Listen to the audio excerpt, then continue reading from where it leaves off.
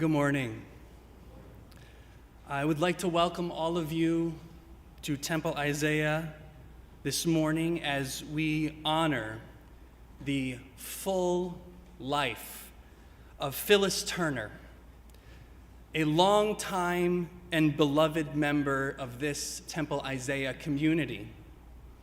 I'm Rabbi Joshua Gray, for those of you who don't know me, and I am honored and humbled to be a part of Phyllis's life and even a small part of her beautiful, wonderful Jewish life cycle. So thank you to all of you who have known her for so long, who are close with her, who love her, for allowing me to honor her today.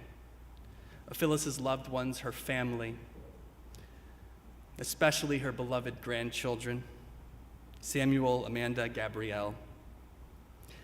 I would like to begin by chanting the first two lines of the Shema prayer.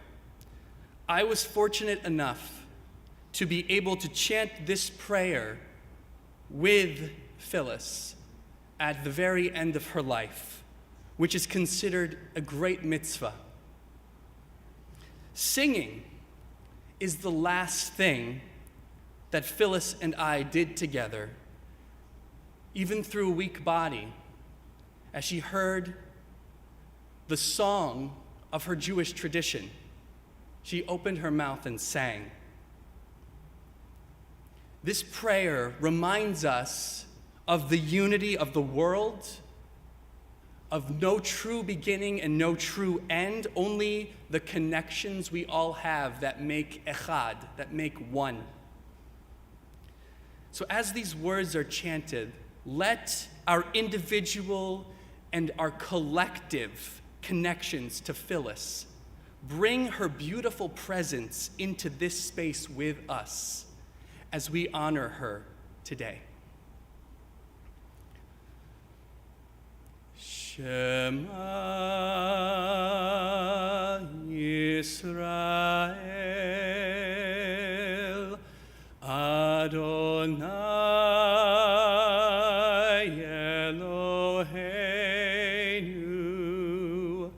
Adonai Echad Baruch Shem Kevod Malchuto Leolam Vaed.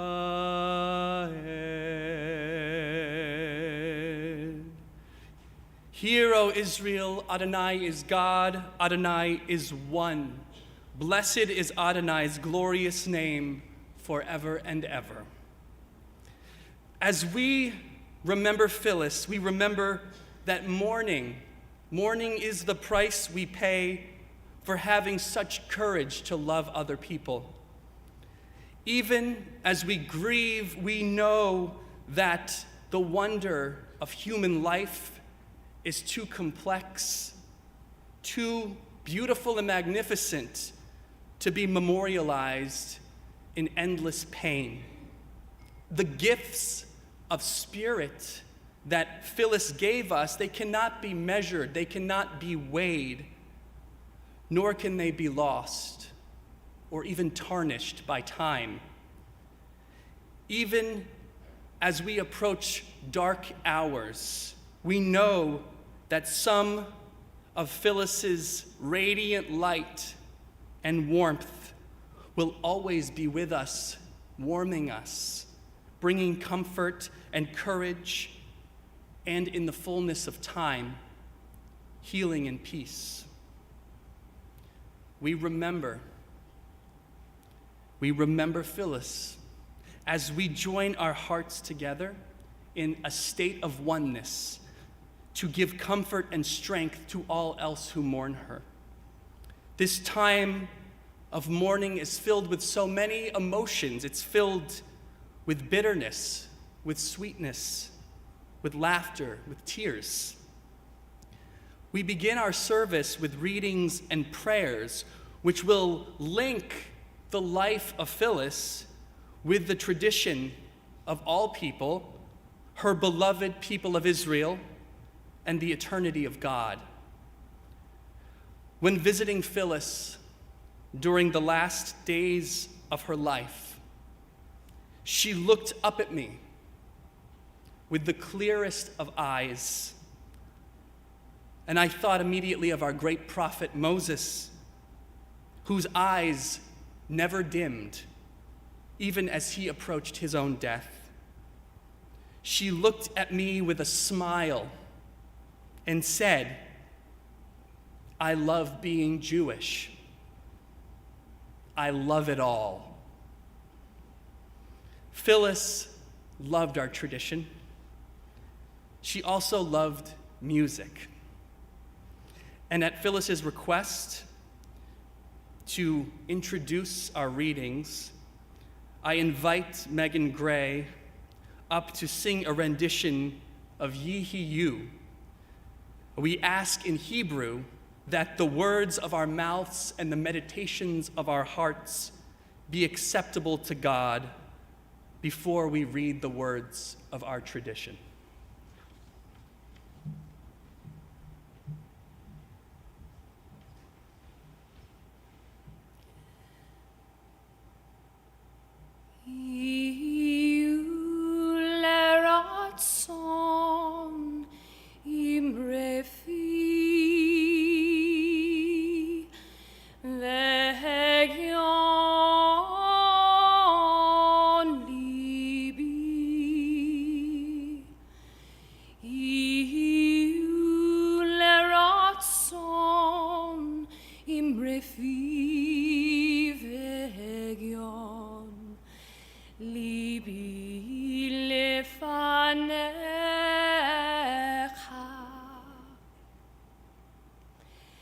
Spend all your time waiting for that second chance, for a break that would make it okay. There's always some reason to feel not good enough, and it's hard at the end of the day. I need some distraction, oh, a beautiful release. Memories seep from my veins, some may be empty, oh, and wait, listen, maybe I'll find some sleep tonight. Iule ratzon imrefi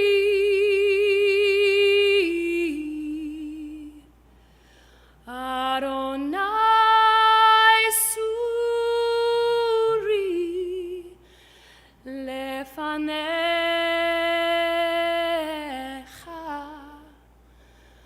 Adonai suri Adonai suri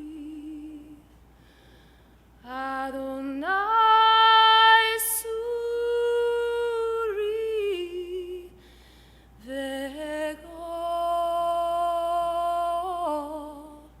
vego ali.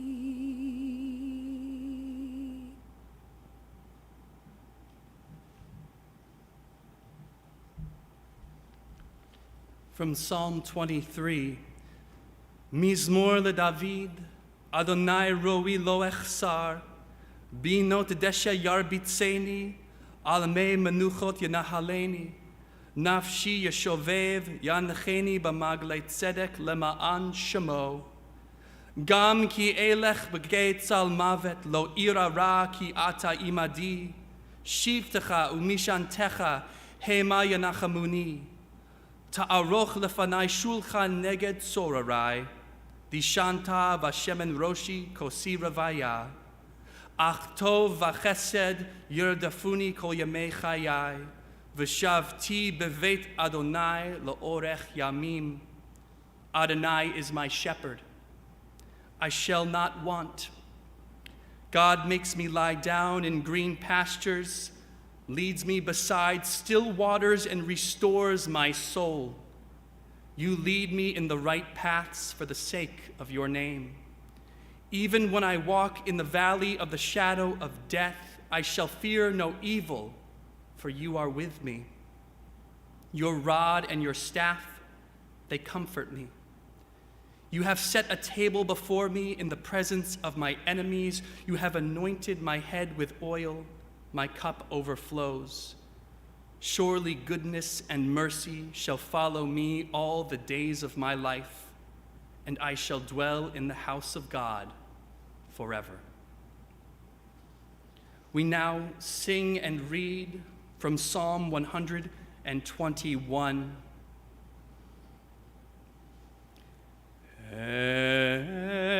Esa einai el harim me'ayin yavo ezri. Esa einai el harim me'ayin yavo ezri. Ezri me'im Adonai oseh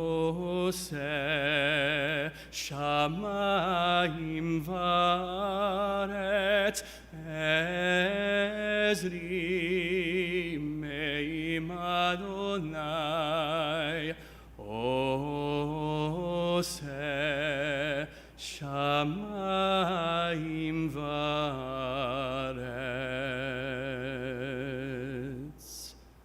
Al yitain lamot raglecha, al yanum shomrecha. Hine lo yanum velo yishan shomer Yisrael. Adonai shomrecha. Adonai tzilcha al yad yaminecha. Yomam hashemesh lo yakeka, v'yareach balayla. Adonai yishmarcha mikol ra, yishmor et nafshecha. Adonai yishmar tzetecha uvawecha, me'ata ve'ad olam.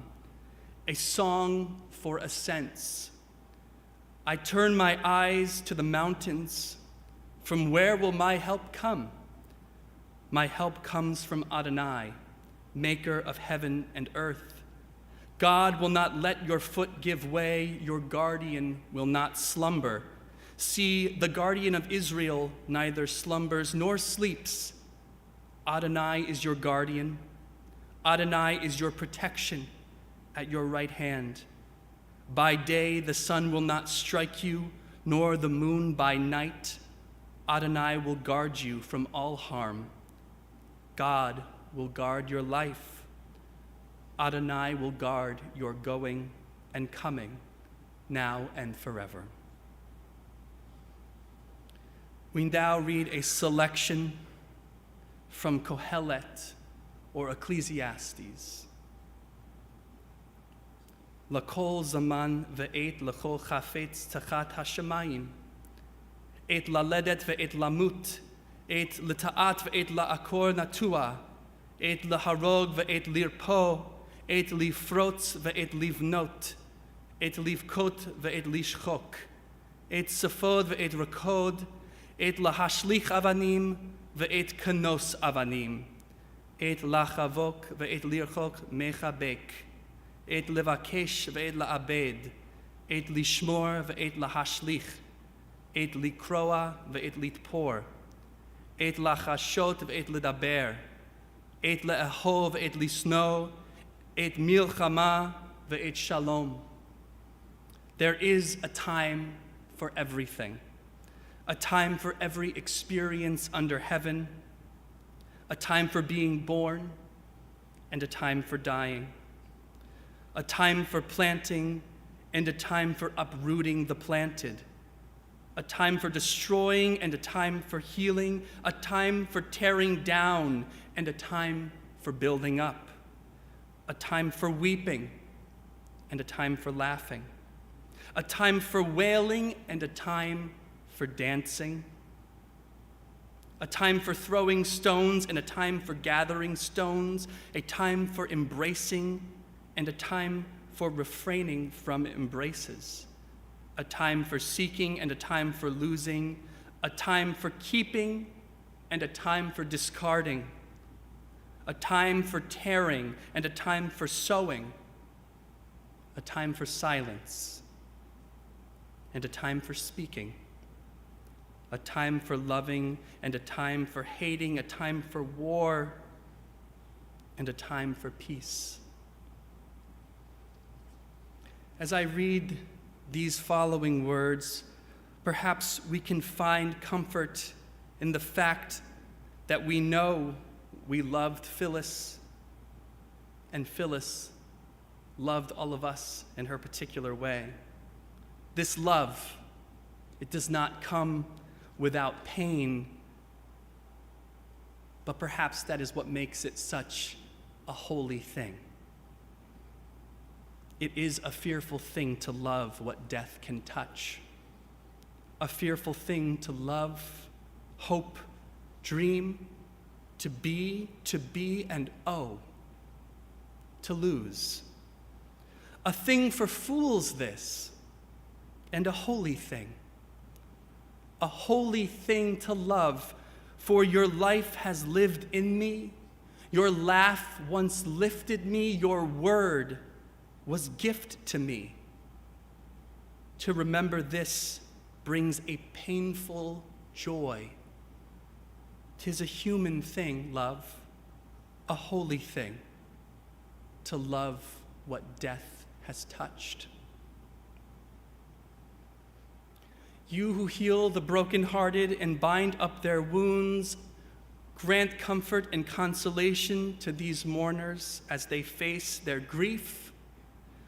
Fill their lives with acts of loving kindness, gemilut chasadim, and truth, emet, which serve as a genuine, steadfast memorial to our beloved Phyllis. The deep bond of love will remain unbroken. Again, I'd like to thank all of you who are here this morning to honor the singular life of Phyllis Turner. Phyllis's loved ones, her wonderful family, and all else who mourn and remember. Phyllis was described to me as a matriarch in the truest sense of the word. She was a Jewish woman who was proud of every aspect of what that entailed. She was proud to be her grandmother Lena's granddaughter. Lena, a woman who traveled to America from Lithuania and created a life for her family. Phyllis continued that legacy. She loved fiercely. She was proud to continue that legacy. Lador vador, from generation to generation. Phyllis also navigated great loss in her own life.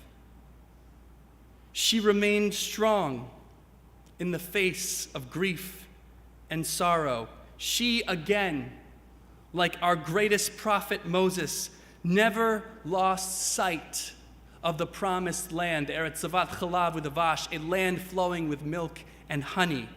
Maybe not for herself, but for the possibility that exists in her grandchildren and in her family. To offer words about Phyllis and her life, I would like to invite up first her cousin, Philip Shapiro.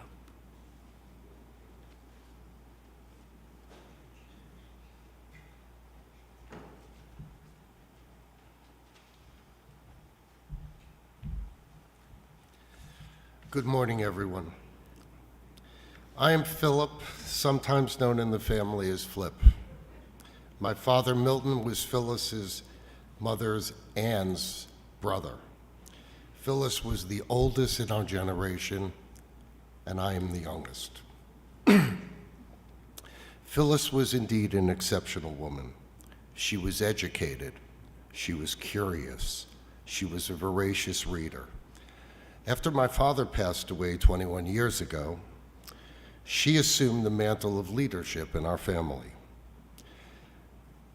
And she led in her own inimitable way, quietly but firmly.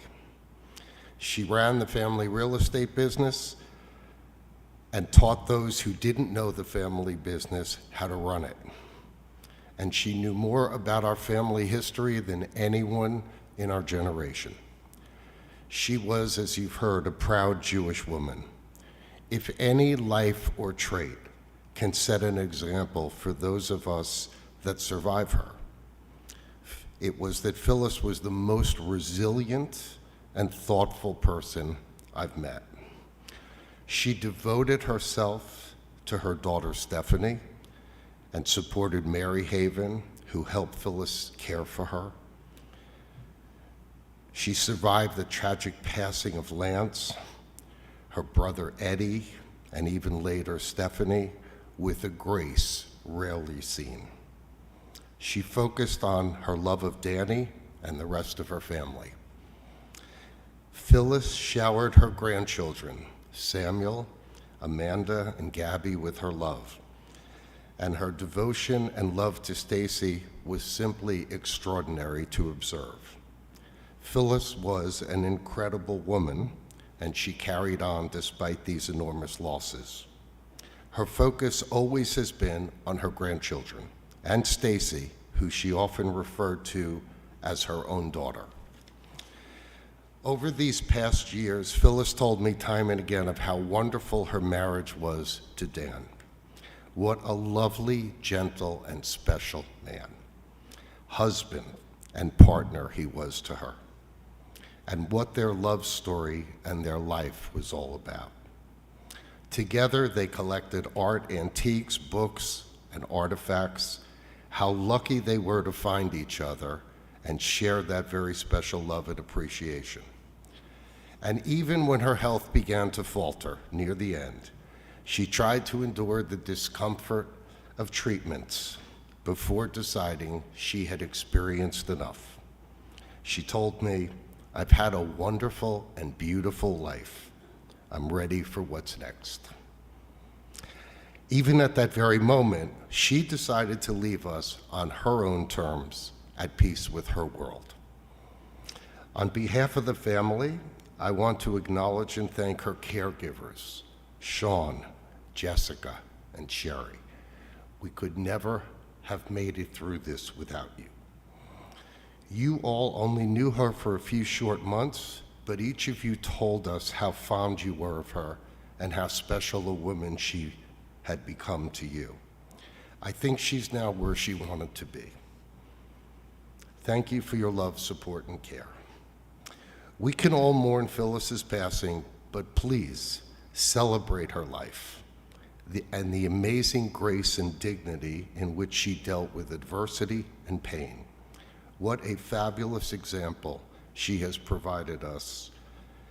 Rest comfortably, Phyllis. You've left your, quote, mark, unquote, on everyone who had the good fortune to know you. We will miss you.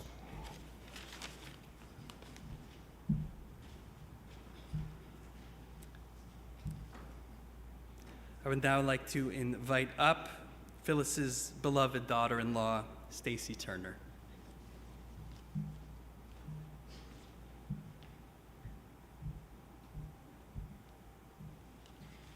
Good morning. I'm Stacy Turner. Almost a decade ago, Phyllis stopped being my mother-in-law, and she started becoming my mother. My parents had been deceased for over 10 years, and Phyllis filled that hole in my heart. Our relationship became stronger with every year that went by. I first met Phyllis in 1989. I was 19 years old. I arrived in Stony Brook, Long Island with Bruce to meet his parents for the first time. I was so nervous to make a good impression on them. They were at their country club celebrating lobster night with all their friends, and I will never forget how Phyllis jumped up from the table, saw us, ran over to me from across the room, opened her arms, and hugged me. And it was that moment that I fell in love with both her and Dan. They were warm and welcomed me into their world without reservation. From our first vacation together to Maui, where Phyllis and I snorkeled together off a catamaran, we took a helicopter ride over a volcano, then went skiing in Aspen and to the Cayman Islands shortly after, or just being in their home at their pool or at their kitchen table, where Phyllis always put out a beautiful spread for us, tomatoes, hummus, and cheeses.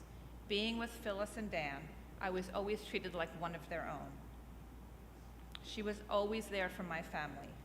Every move that Bruce and I made to new cities for our medical training, new apartments, she was there to help us move in and out, and she physically did the moving. When Bruce and I got married, my parents were not in a position to pay for our wedding at that time. It was Phyllis and Dan who called me up and said they would take care of everything because this wedding meant so much to them.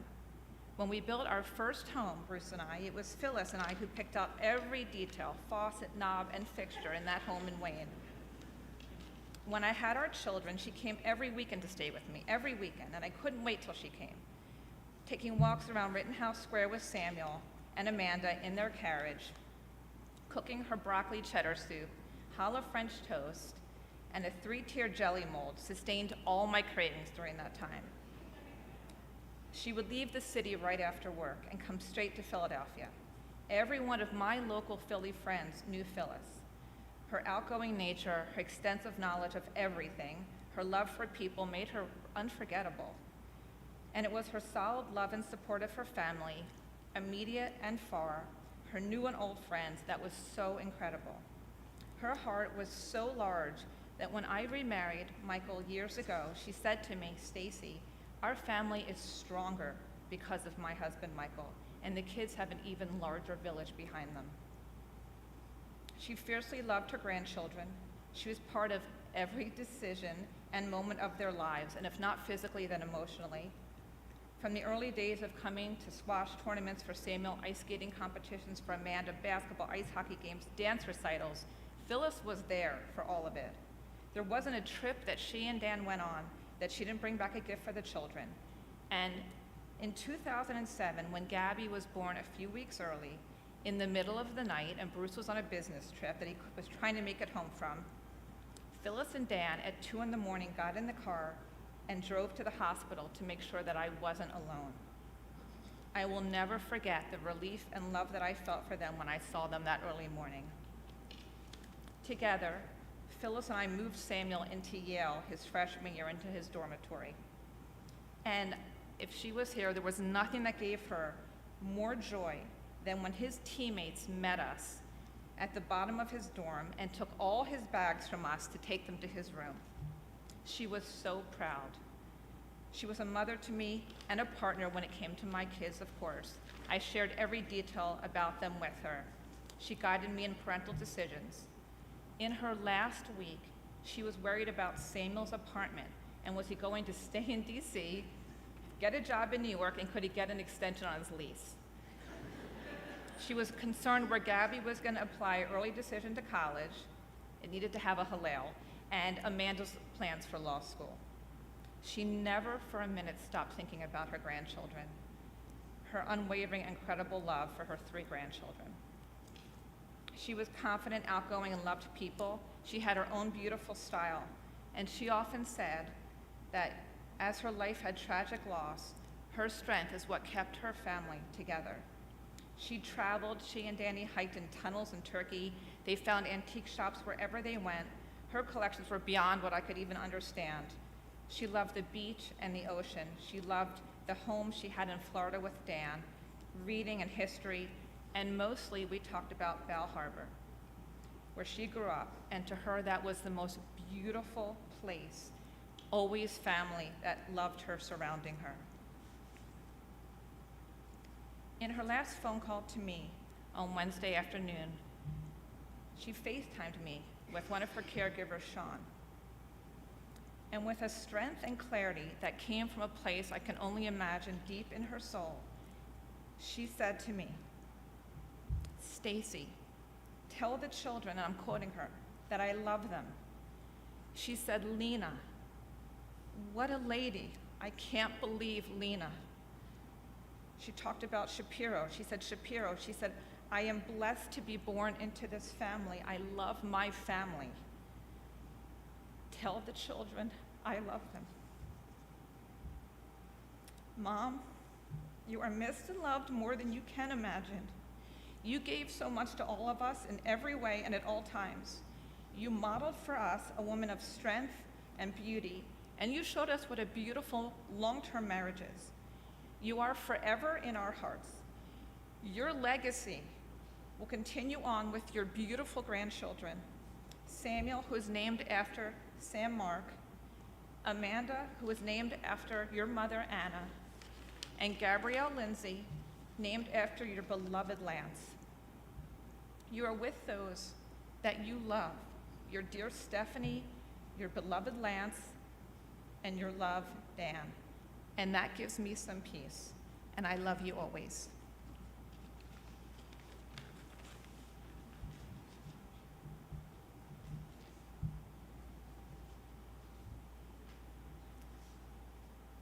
And to speak on behalf of her absolutely adored grandchildren, I invite up Phyllis's grandson, Samuel Turner.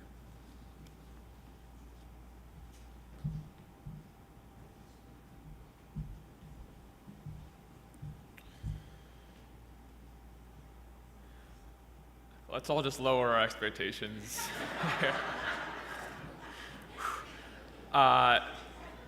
Philip and Mom, thank you for those beautiful speeches.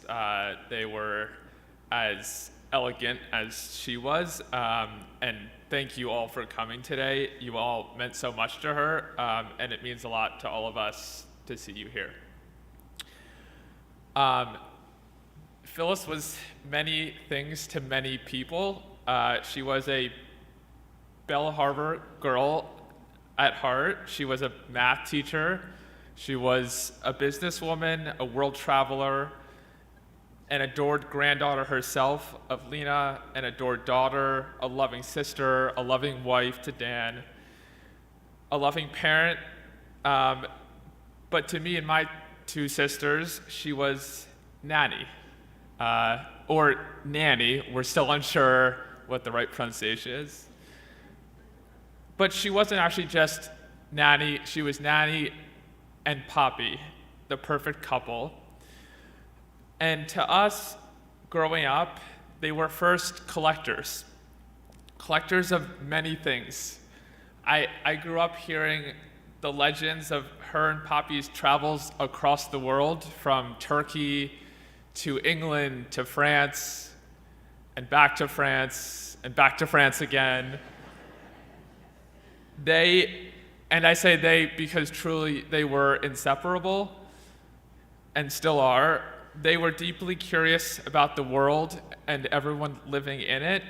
They would come to visit us at times almost every weekend, and when they would arrive, they'd open up the trunk and pull out something amazing and complement that with some amazing story about who they met.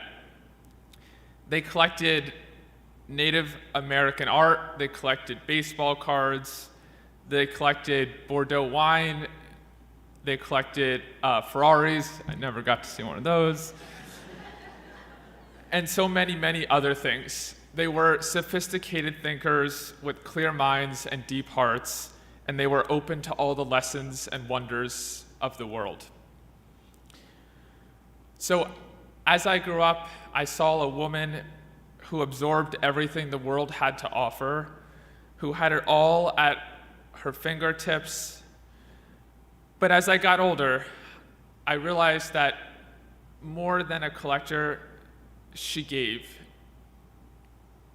She gave to me, she gave to friends and family, she gave to her community, to her religion, to the world. And so I'm now just going to walk through some of the things that she gave. First, Nanny gave to causes. While we all know her as the brilliant and kind woman that she was, when I reflect on fundamentally who she was a woman of integrity. She was extremely principled and cared deeply about justice. And to her, everyone deserved the opportunity to learn and to contribute to the world and to be in the type of family that she was blessed to be a part of. She spent many years fundraising for Mary Haven, the home where Stephanie lived. And I remember her telling me about the many months she spent fighting to get Stephanie access to every accommodation and opportunity that was owed to her. Which brings me to education, another cause that was important to her.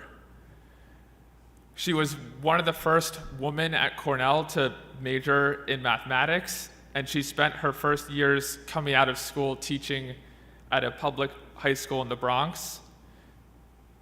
One story she enjoyed telling me about that experience was how she taught a student named Jesus who kept misbehaving during that year of school. And when his parents came in for a parent-teacher conference, and she intervened, she said, Jesus did that, and Jesus did this, and the parents stared at her blankly and said, you mean Jesus?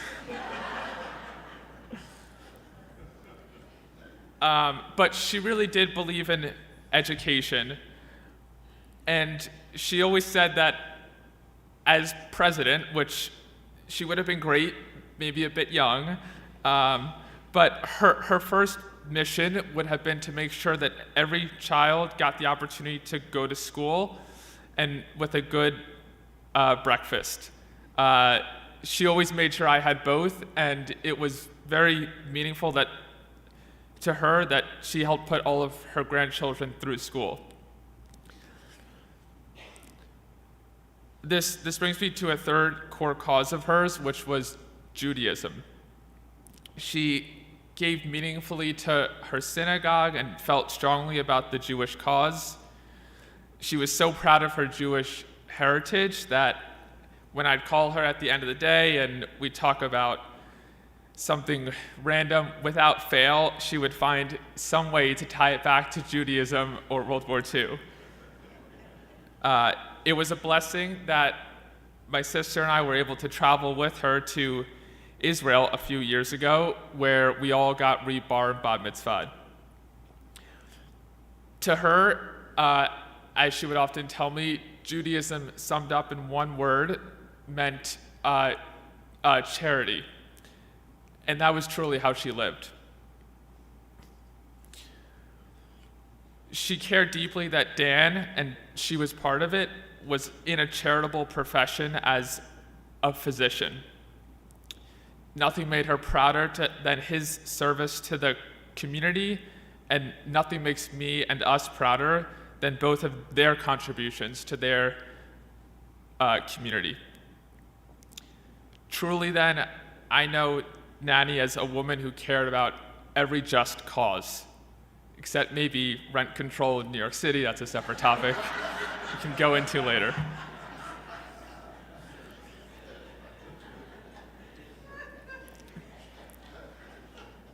But besides all of these causes and all of the people who benefited from them, she also gave knowledge.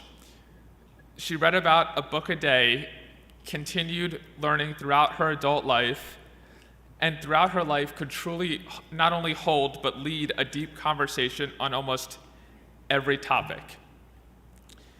It has been a great honor of my life that for the last 5 years we've spoken every night, often at length, on topics ranging from family, love, and life to technology, markets, politics.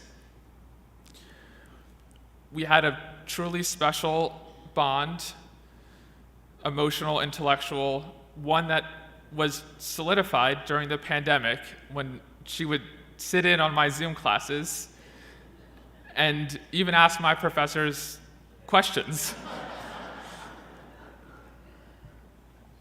often about history or law, although it wasn't just those fields that she mastered.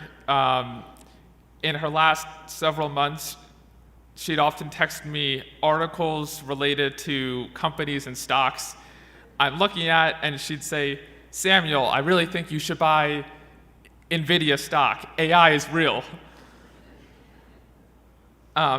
Even in her last few weeks, she would recall the most amazing things about past wars and generals, family history, and she would school me in it all. And not just me, she loved sharing this with people, with her friends, with new people, and spreading her wisdom and joy. Everywhere she went, she would introduce herself and make friends and bring joy. Which brings me to this. She was not only a giver to causes and a giver of knowledge, she was a giver of love, of her joy, of her energy, of her time. She put love into everything she did for everyone. And for me, whether that was spending weeks on a school project, days moving me into college, hours picking out a sweater at the mall, or even just minutes cooking up French toast in the morning. She was a foundation of love, a rock in my life, and imbued me with a warmth and a confidence that truly I feel grateful that will keep me protected for the rest of my life. Lest I get too mushy here, let me reassure you of this. She was a loving and doting grandmother, but she was not faint. She was strong. She was tough, and she had an unparalleled mind and character.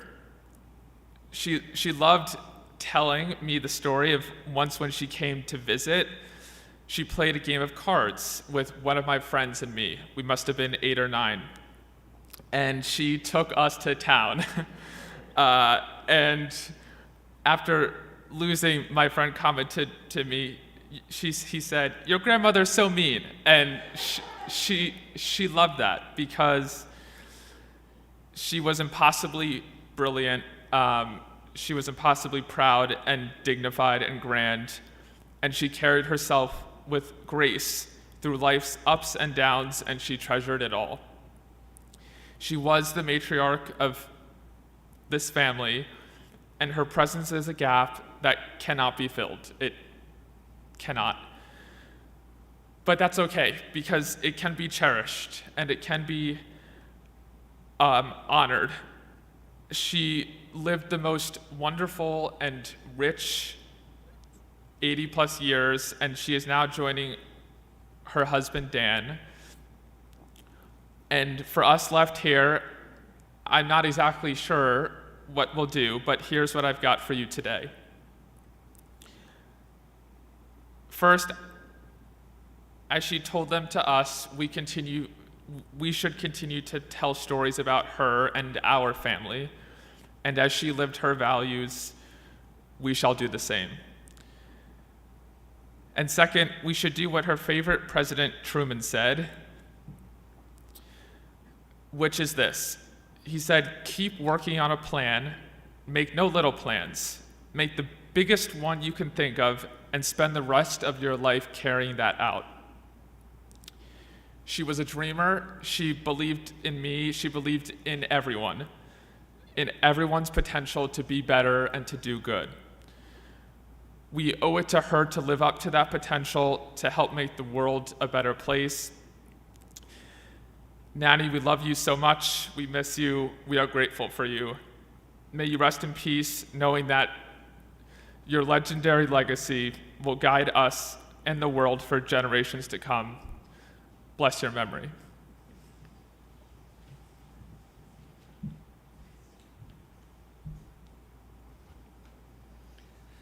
As we reflect on these beautiful words, let us remember Phyllis's spirit of deep love and simcha, of joy, as we keep in mind that people never truly die so long as we do remember. Perhaps we can let this knowledge guide us today and as we move forward in mourning.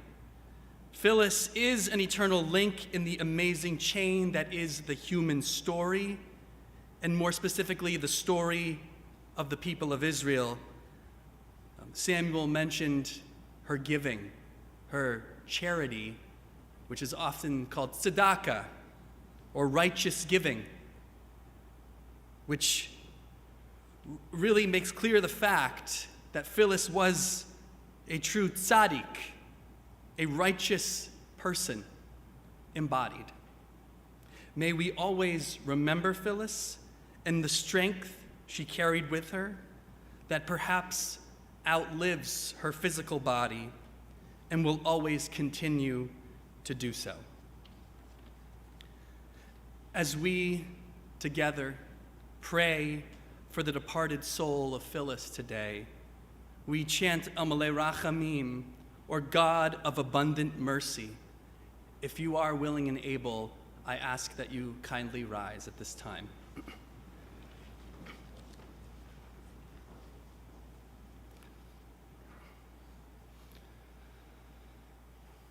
El Malei Rachamim,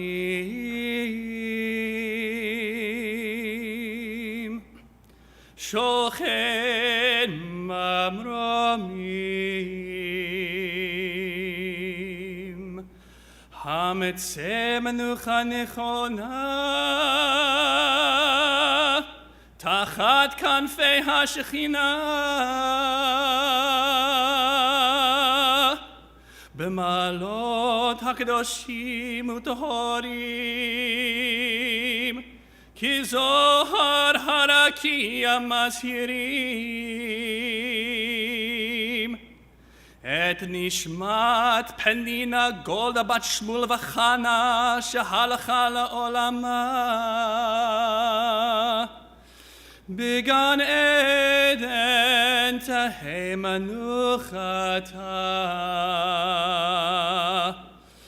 Ana Ba'al Harachamim, Yaztireha B'Seiter Chenafav L'Olamim, V'yitzror B'Yitzror HaChaim Et Nishmata, Adonai Hu Nachalata, V'tanoach B'Shalom Al Mishkava, V'nomar Amen. God of abundant mercy, God Most High, may the soul of our loved one, Phyllis, who has gone into eternity, find the gift of perfect peace in your embrace, together with the holy and pure, whose light shines like the radiance of heaven. El Malei Rachamim, compassionate God, hold Phyllis close to you forever, so that her soul may be bound up in the bond of life eternal. May she find a home with you, and may she rest in peace. Together we say, Amen. The psalmist has written, "Weeping may tarry into the night, but joy comes in the morning." O God, full of compassion, please send your comfort to those who grieve. Help them dispel the sadness that accompanies the pain of loss, and to find joy in the precious memories of Phyllis. May your love inspire them to focus on the love they have had for Phyllis and that Phyllis has had for them. Help them to face the future with courage, to treasure Phyllis's legacy. Sustain us in our faith, O God, even in this troubling time, as you have sustained our people in times of trouble and sorrow throughout the generations. Blessed are you, Adonai, who provides comfort to the brokenhearted. May our service of memory for Phyllis today always bring comfort and bring strength. Amen.